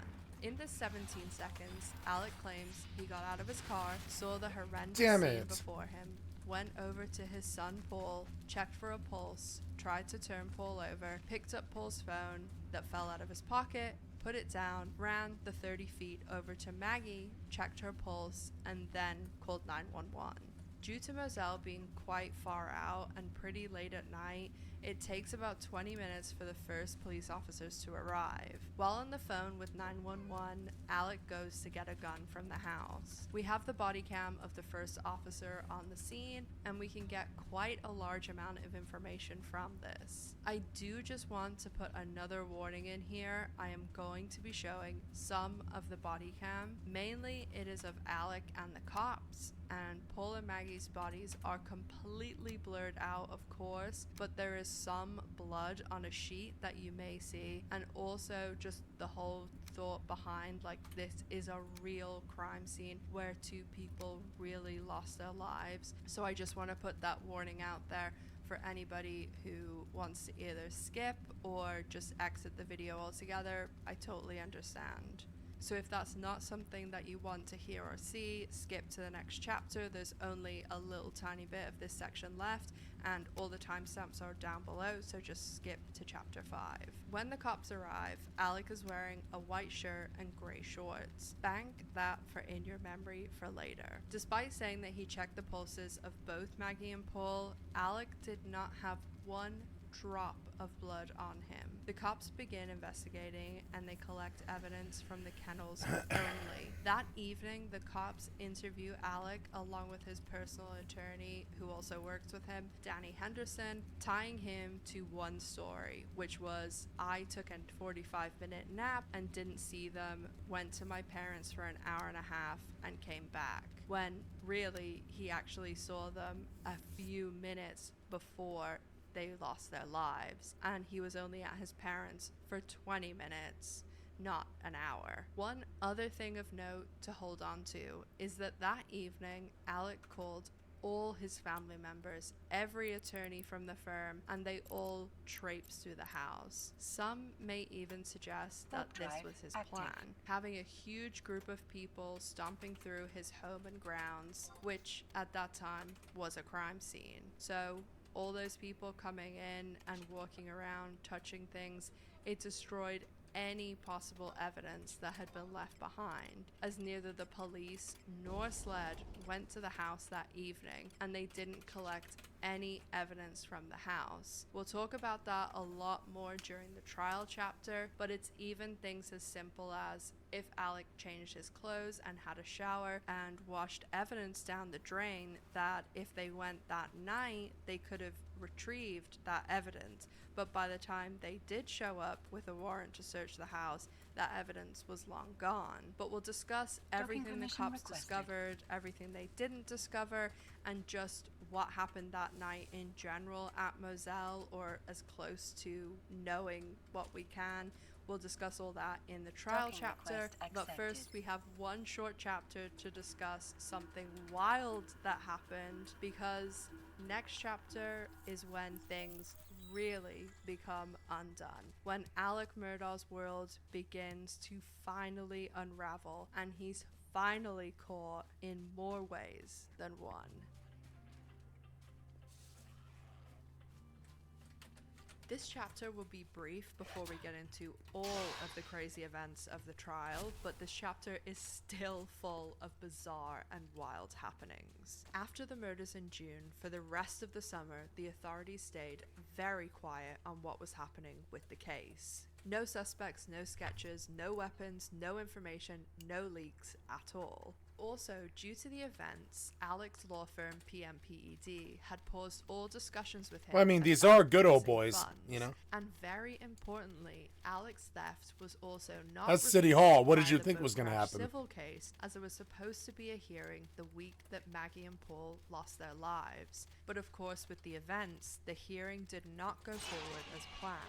Alec Murdoch had bought himself enough What? time to return the He funds killed that me his in one friends hit. questioned Oh that my he'd stolen God. from the Ferris case. September 2021 rolls around and things heat up again for Alec Murdoch. During the first week of September, more irregularities were flagged when it came to Murdoch's accounts. And on September 4th, Alec Murdoch's world came crashing down. His fraud and theft of over $8 million was discovered by his law firm. The law firm that his great-grandfather founded over 100 years ago. The one that he and his brother worked at following in their great-grandfather, grandfather, and father's footsteps. As mentioned earlier in this video, the CFO, Jeannie Seckinger, had found Alec Murdoch's theft after Alec's paralegal, Annette Griswold, flagged a suspicious payment. The CFO, Jeannie, had previously approached Murdoch on June 7th, but later that day, due to the events that we now know happened with Maggie and Paul, the discussion about the missing funds was put on the back burner. But after more evidence was found, Jeannie brought her findings to the partners and showed them the black and white proof that Alec Murdoch had been stealing from them and their own clients. Jeannie actually had no idea at the time that her own brother-in-law, Russell Lafitte, was involved in Murdoch's scheme. Alec's brother Randy and another partner approached Alec with the theft allegations, and Alec Murdoch admitted that he had been stealing. Alec tried to cling on to his job, admitting that he had a substance problem and offered to go to rehab. Your skill but has Alec increased. was forced to resign. Later that day, Alec was allegedly driving to Charleston. However, he wasn't driving on the road that locals would Your skill usually has take increased. from Hampton to Charleston. Alec claimed that he stopped to change a flat tire that he had while driving his late wife's Mercedes. He stopped on the side of the road to put the spare tire on, someone stopped to help him, and according to Alec, this person shot at him. He was transported to hospital via helicopter, as this is the protocol with gunshot wounds to the head. His lawyers allegedly told reporters to go to a different hospital than the one he was taken to, and many members of the press believe this was done so that Alec wouldn't be questioned by the press. Murdoch had a superficial wound that definitely doesn't seem to be a gunshot wound. Alec claimed that he'd asked his dealer, distant cousin, and friend Eddie Smith to shoot him and to take his life so that his son Buster could receive a $10 million life insurance. Cousin Eddie told a very different story. Many people think that Alec Murdoch was trying to set Eddie up, wanting to be shot at, as so it would seem like the killer who had taken Paul and Maggie's life had returned to finish off Alec. In reality, it seems as though this was all orchestrated by Alec Murdoch himself, as along with not only being on the wrong road, there are many other things that did not add up when it came to this story. For one, I have the exact same car that Maggie had, and not only is there not a spare tire on that car, they actually have run flat tires, so you can travel up to 50 miles on them when you get a flat. Also, apparently, there was no life insurance policy on Murdoch or any of the family members, let alone one for $10 million. After his stage shooting, Murdoch and his lawyers released a statement saying he had resigned from his law firm, but he didn't mention the fact that he was forced to resign due to stealing. Alex stated he was only resigning because he had an addiction that was exacerbated by what happened to Maggie and Paul, and that he's going to go to rehab. Later that day, the law firm PMPED clarified why Alec was forced to resign. Absolutely disgraced, Alec Murdoch then heads to rehab in Florida, and when he leaves South Carolina for Orlando, he will never, ever step foot in South Carolina as a free man again.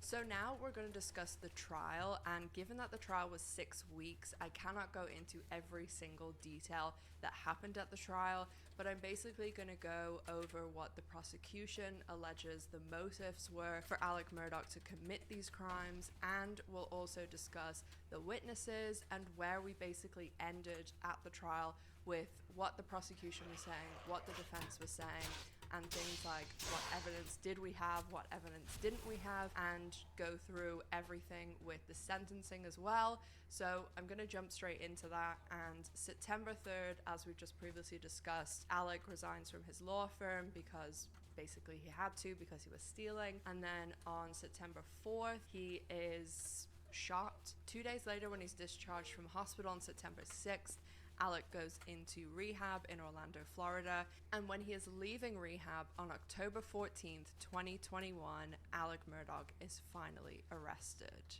When Murdaugh was arrested after coming out of rehab in Florida, he actually was charged with 2 felonies over the stolen funds, and primarily the one from Gloria Satterfield, as it was such a large amount, millions of dollars, over 4.3 million. So he hadn't actually been arrested for the murders yet. On December 13th, 2021, Alec's bond is set for $7 million. This was based on the nearly 50 financial crimes that he was charged with at that time. On June 28th, 2022, Alec is indicted for conspiracy. Murdaugh and his cousin Smith were indicted by the state's grand jury on 2 conspiracy counts, including a narcotics count related to oxycodone. The Supreme Court of South Carolina disbars Murdaugh from practicing law due to his reprehensible admitted misconduct. On July 14th, 2022, so quite a while after he's been charged with the financial crimes, Alec Murdaugh is charged with the murders of his wife, Maggie Murdaugh, and his youngest son, Paul Murdaugh. A grand jury indicted him for these 2 counts.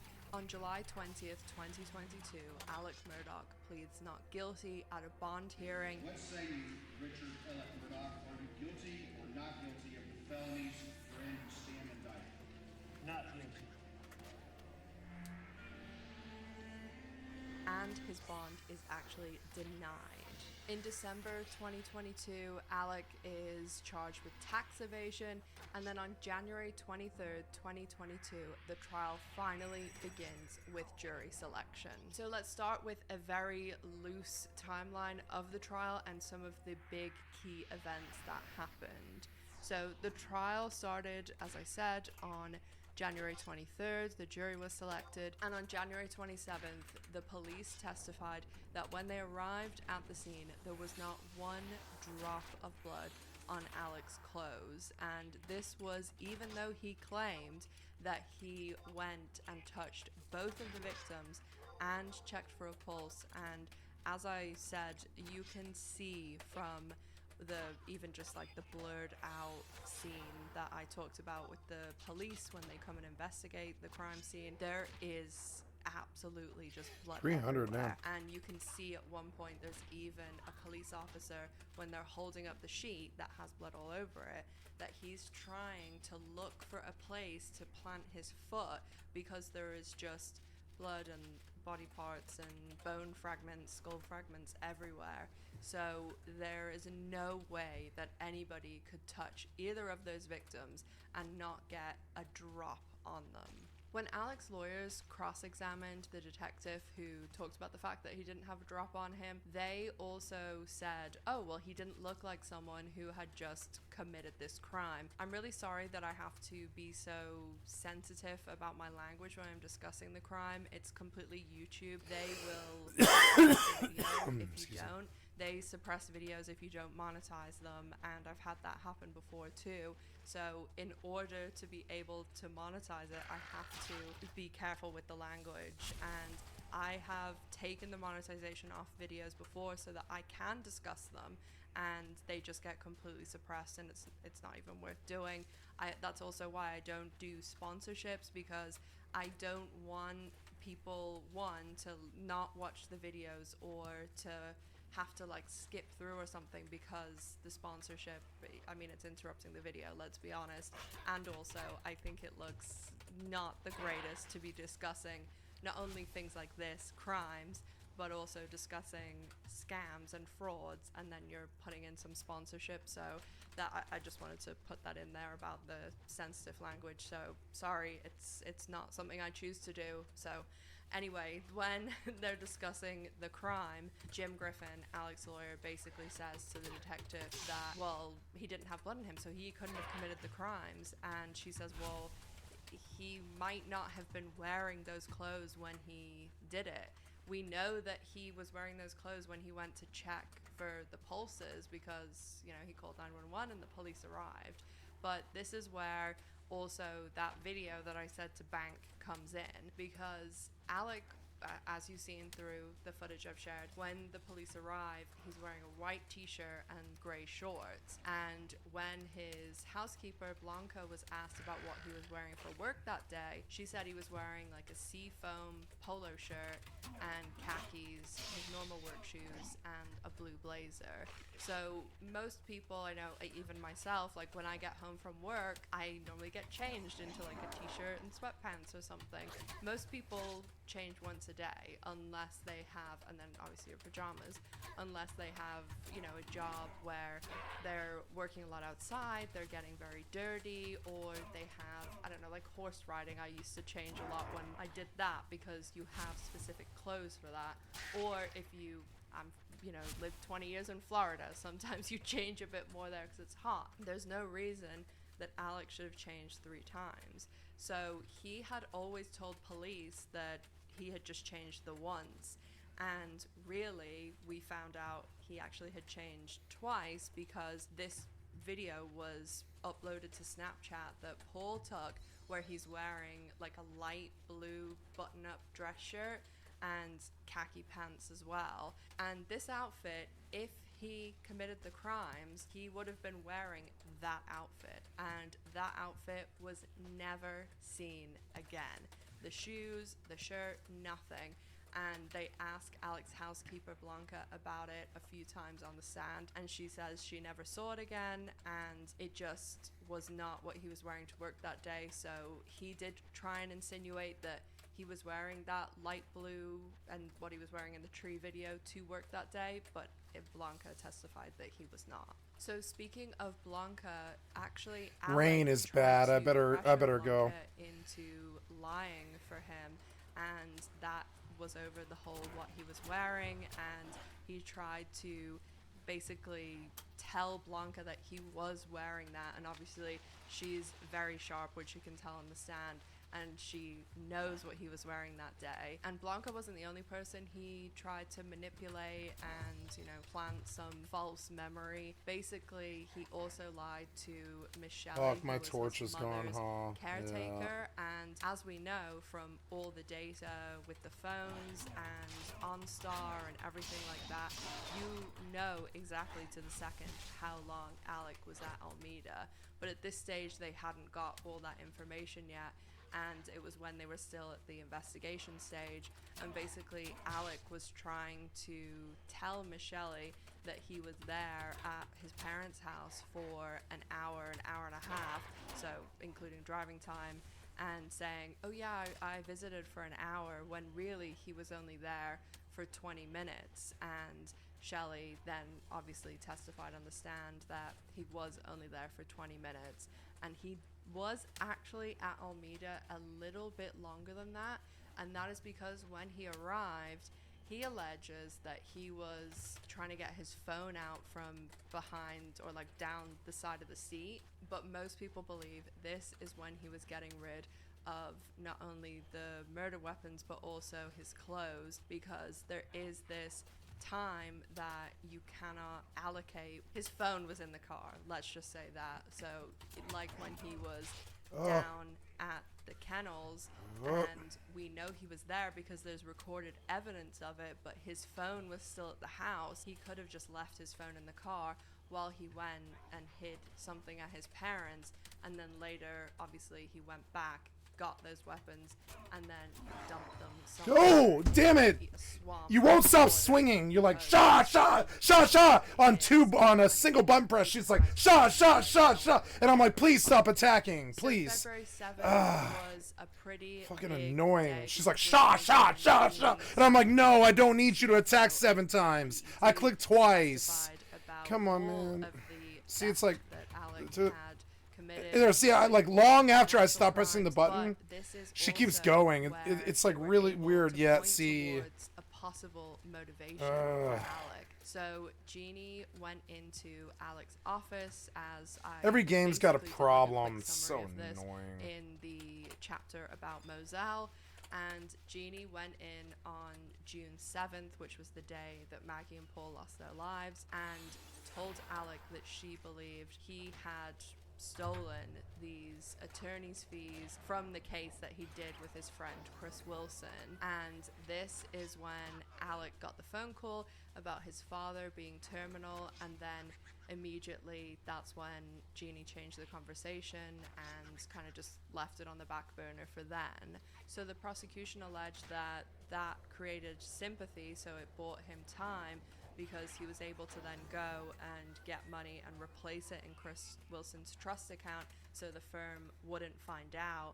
But also there is the big motivation, Your skill has which increased. is to do with Mark Tinsley and the boat crash, and we'll talk about that in a second.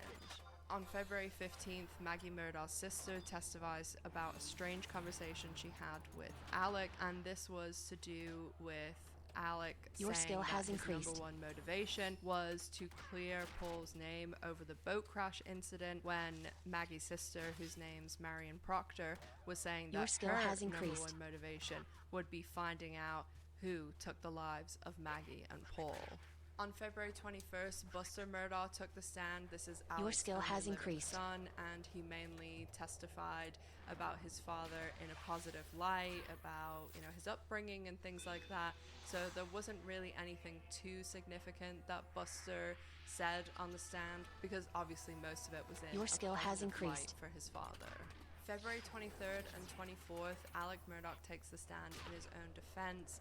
Most people would describe this as a bad idea because he just didn't really come across well on the stand. He was getting tripped up a lot, and then he Your skill has broke down increased. several times. Most people believed it to be orchestrated, and to him not really having any real tears, and he just got himself into some situations that did not look good. And he also admitted a lot of the financial crime stuff too when he was on the stand, so that's obviously not going to paint you in a very good light, but he couldn't really hide that information because obviously other witnesses were testifying about it too. I guess he didn't really have too much choice because he had got himself into so many lies through what he told the police, or to quote him, or to misquote him rather, "Oh, what a tangled web we weave," and then he misquotes the second part and says, "Once I told a lie," when it's "when we first practiced to deceive," and he did a lot of deceiving. So obviously with the kennel video placing him at the scene of the crime minutes before it happened, he had to really say not the truth, because I'm sure this still was a fabrication, because I don't think he's capable of telling the truth. Other than lying to them about going to the kennel, I was cooperative in every aspect of this investigation. Very cooperative. Maybe the most important fact of all, that you were at the murder scene with the victims just minutes before they died. Right? I did not tell them that I went to the kennel. But he then was able to say, "Oh, I lied to the police then, but I'm telling the truth now." And he said that he was at the kennels, but basically he took the chicken out of the dog's mouth and then said bye and got in the golf cart, went up to the house, and then kind of got together and left. What'd you do after that? I left. You left. Now, Just did I jumped on the golf cart and left. Well, that's what I was getting ready to say. Did I get on the golf cart and leave that second? Probably not. But did I get on the golf cart and leave very quickly after that? I did. Okay, yeah, I think you testified yesterday. I got out of there. I did. And there also is some evidence about that sort of what he was doing at the house before he went to Almeida that we'll also talk about in a second when it comes to the motivation, but also things that are sort of flagged in a lot of people's minds. On March 1st, the jury is able to visit Moselle, and the footage that I'm playing over the top of this clip, this is footage of the jury visiting the crime scene. So a lot of the footage that I was able to get of like the interior and stuff is because of them visiting. And there really isn't much more that happens because We find out what happens, guilty or not guilty, in just 2 days. So I'm going to go over some of the flags, some of the motivations, some of the discrepancies and things that don't add up, and then we're going to discuss what happened and everything after that. So I've gone through a few of these while I was going through the timeline, but there's still a couple to kind of highlight. And the first thing that I really noticed when I started looking into this case with a lot more detail was the fact that when you're comparing the 911 call that they did with the boat crash and the one that Alec placed with Maggie and Paul, you hear the kids when Connor's placing the call to 911, and when you place a call to 911, the line is actually always open and recording, even when the phone's ringing. So that's why when the phone is ringing in the boat crash case, you hear the kids screaming, you hear all the chaos. What bridge? Paul, what bridge is this?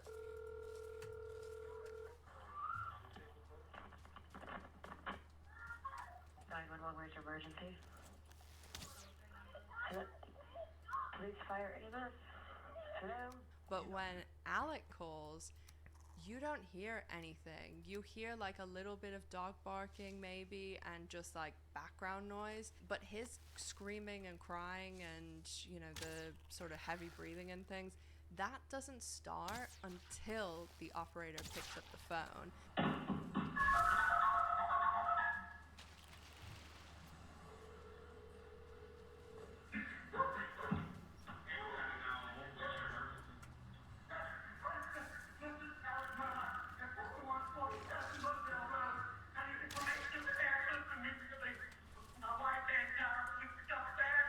So it seemed like a switch was flipped when it came to Alec. I talked about him, you know, touching the victims and not getting any blood on him, but also there was just a few other things that I wanted to highlight about just generally what happened that night before we go into a few of the other things. So when he had left the kennels and when he had committed the crime and he goes up to the house to then leave to go to Bermuda, he was walking at an extremely fast clip, faster than he had walked at any point in the day. How long did it take you, if you were at the house at 8:49, how long before you went and laid on the couch? I would have gone straight to the couch, probably. I may have gone by the sink, or I may have gotten a spit cup, but God damn it. Basically straight to the couch. Straight to the couch. Yes, sir. And you're telling this jury that that's what happened, and you were back at the house at 8:49, and you lay down on the couch and doze for a second, and then you were up with more steps in a shorter time period than you had done all day. Well, I mean, your number is 8:49. What I'm telling this jury is that I went down there, and when I took that chicken from Bubba, I would have said something to Mags, got back on that golf cart, and I drove back to my house. After getting back to my house, I went inside, and in short order, I went to the couch. That's what I'm telling this jury. And if you listen to him, he's saying he lay down on the couch for a second. It's 9 o'clock at night. I mean, most people are not, you know, moving around at a fast pace at 9 o'clock at night towards the end of the day. So this just is something that's always stuck out in my mind too. Like, why was he rushing so much at that time? Was it because he only knew he had a tiny window to get from Moselle to his parents' house, get rid of the murder weapons, go back, call 911? So there's a lot of people that think that that is why he was rushing. So as I said, Jeannie, you know, talked about how she actually approached Alec on the day of the murder. And then, did you go into Alec's office on June 7th, 2021 for proof that he had not taken the Chris Wilson fees? Yes. And then that conversation got delayed, correct? Yes, got disrupted and delayed. The murders happened? Correct. Did you receive an email in July leading you to believe that the Chris Wilson fees were in the account all along? We did. And then we moved to September when Annette Griswold, Alec's paralegal, did she bring you a check showing that in fact those checks had been written to Alec back in March of 2021? That's correct. And at so the same there's some other things that tie in with all the financial and the boat crash case.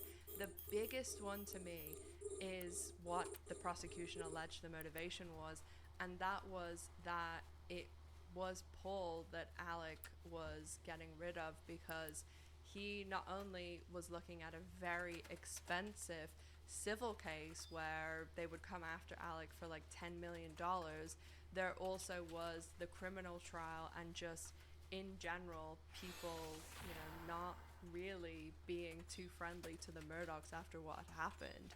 And Maggie, because of that, actually just wanted to settle the case and basically leave Hampton. I mean, she kind of wasn't really living in Hampton anyway. She was living at the Ediso property, but she just wanted to be done with Hampton because she felt like the town had become hostile towards her.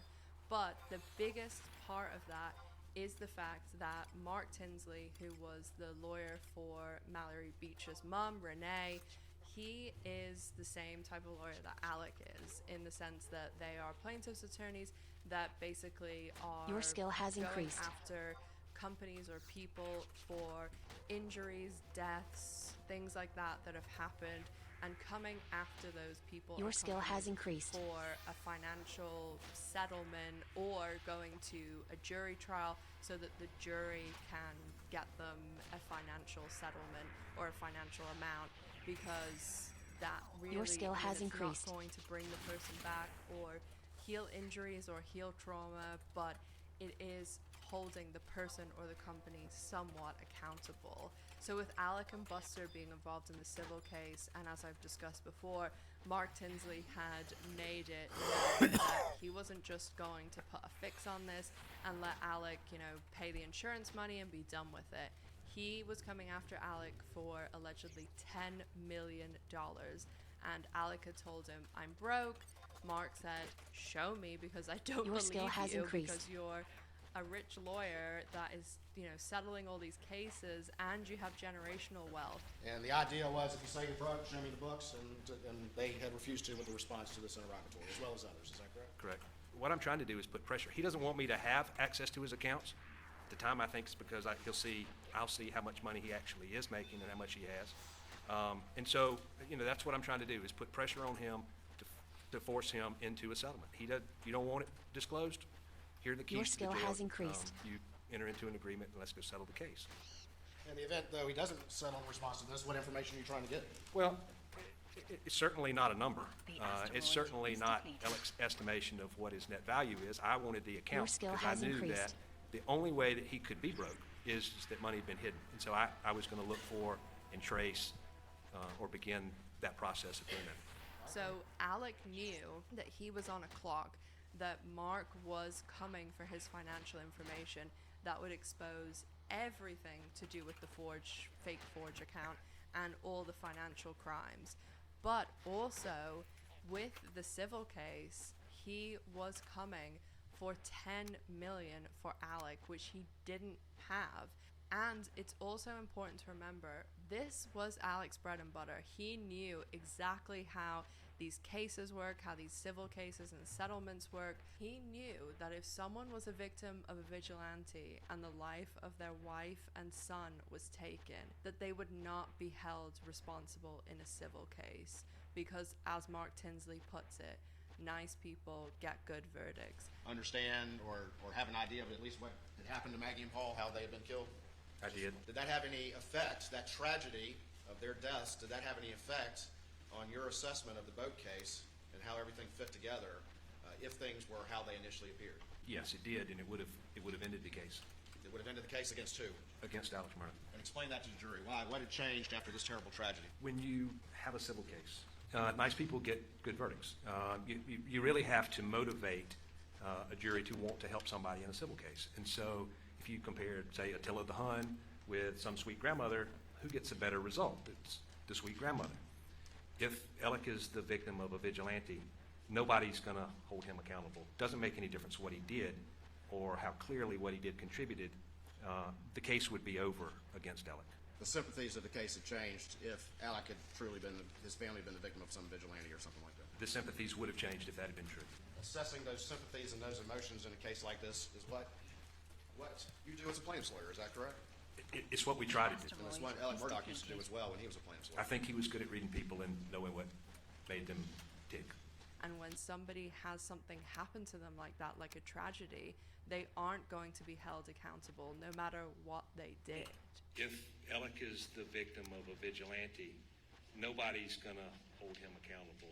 the case would be over. So when it comes to the weapons, this is an incredibly important point, because the whole thing about the weapons that took Maggie and Paul's life, they were proven to be Murdoch-owned weapons. And there was actually 2 guns used at the crime scene. One was a shotgun that was used to shoot Paul in the chest, and then, as I said before, through the neck and the head. He would have survived the chest injury, and obviously the one that made him almost recognizable was an instant impact. When it came to Maggie, she was shot several times, and